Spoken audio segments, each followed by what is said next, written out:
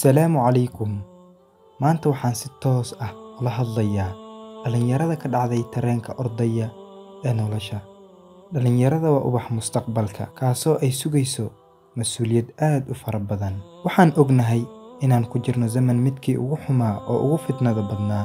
Amiirkii mu'miniinta Cali ibn Abi Talib, Allah ka raali noqdee, waxa uu dhahay erayo aad cajiib u ah oo maanta aan si cad ah ugu jeedno dhammaanteen. Waxaa imaan doona zaman uu ahaan doono shayqiina mid dambiile ah, halka caalimkiina uu munaafiq yahay, midkiina yar uusan ixtiraamayn kan weyn, kan taajirkana uusan saacidaynaynin kan faqiirka ah. Ayadoo uu zamanka xaaladdaa ku jiro ayaa waxaa jirta Ilaahay mahadiisa dhalinyaro aan ka dhicin weli tareenka dheer ee nolosha, haba ahaadaane faro ku tiris ama dad aad u yar, halka ay badankood ka lumeen hadafkii iyo ujeeddadii loo abuuray ee loo keenay adduunkan ballaaran. Haddii aan waxyar dib ugu laabano zamankii Nabiga sallallahu calayhi wasallam, waxaad arkaysaa inay Qurayshta islay jirtay ilaa 100 sano, kadibna xaaladdeeda ay noqotay mid aad u liidata, burburkana uu aad u fara badan yahay, iyadoo arrintaas ay u raacsanayd inay caabudi jireen asnaam iyo Alle sukadiisa. Noloshaas ayaa ahayd nololtii ugu liidatay uguna xumayd. Kadibna Alle weyne naxariistiisa waxa uu soo saaray nebigiisa naxariis iyo nabadgelyo korkiisa ahaatee, asagoo la soo diray digniin iyo bishaarayn.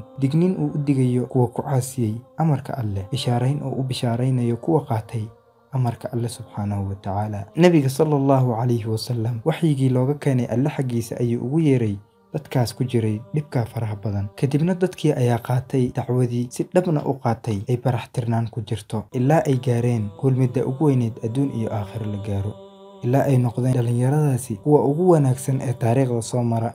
Nabiga naxariis iyo nabadgelyo korkiisa ahaatee, waa uu tarbiyeeyey tarbiyo midda ugu wanaagsanayd. Taariikhda ayay ka qabsadeen booska ugu weynaa uusan axad kale ka qabsan, ilaa ay noqdeen dhalintaasi kuwa ugu wanaagsan ee taariikhda soo mara, ilaa ay noqdeen kuwa gacanta ku hayay jasiiradda Carabta oo idil. Waxay ahaayeen dhalinyaro fahantay hadafka loo abuuray iyo ujeedka loo keenay adduunkan. Runta mar ayay xanuun badan tahay, marna way raaxo badan tahay. Waxaan u badannahay inaan ka lunno hadafka nolosha annagoo ku soo koobayna social media, maaweelo, daawashada aflaanta, kuwaasoo waqtigeena nus qaatay. Sidoo kale inaan ku mashquulno dad aanan ogeyn waxa ay yihiin ama aan buunbuunino, anagoo halkaasi ku luminayno waqti fara badan oo noo saamixi lahaa inaan ku fikirno, aan waxna ku qabsano. Ugu dambayn, aan garanno ujeedka la inoo keenay adduunkan.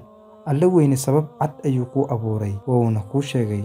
Alle subxaanahu wa tacaala wuxuu u leeyahay: wamaa khalaqtu ljinna walinsa ilaa liyacbuduun. umaanan abuurin jinka iyo bini'aadanka inay caabudaan maahe. Marka la arko qalad, waxaa la raadiyaa tirtirihiisa lagu tirtiri lahaa. Sidaa awgeed, aan xaqiijino hadafka aan u soconno annagoo qaadanayna hadalka Alle weyne subxaanahu wa tacaala. Qaadashada hadalka Alle aan qaadanayna iyo kitaabkiisa ayaa ah midkii gaarsiiyey dhalinyaradii noloyd waagii Nabiga sallallahu calayhi wasallam heerkii ay gaareen. Noloshan way soconaysaa, qof kastana taariikhda wuu galayaa, laakiin qofba wax ayuu la galayaa. Taariikhda aad wanaag la gasho waa arrin dheefteeda leh. Taariikhda oo aad xumaan la gashona, cirib xumi aad horumarsatay aadan waxba ka qaban karin ayaad ka dhaxlaysaa.